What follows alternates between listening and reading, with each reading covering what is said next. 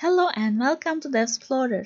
I am Ece and I will be sharing my game dev journey here. Even before high school, I wanted to develop games. So I studied computer engineering and I am currently at the thesis stage on Game and Interaction Technologies Master's Program. The thing is, I like to learn new things about game development, and this is where this channel comes in. Here, I will be sharing my experiments, the things that I learned and the things that I like to do. Mostly in Unity. I don't know everything about Unity, so every time I create something, I will learn new things and I want to share them here. The topics will vary from beginner to some complex ones. I will be covering things including 2D, 3D, VR, sometimes math and physics. Already there are some tutorials. In the future, I will also be sharing some devlogs and walkthroughs of some interesting previous projects. I will be sharing at least one video related to game dev each week. So subscribe to this channel and join my game dev journey. Let's learn new things together and have some fun. That's it for now, and I hope to see you in the next explorations.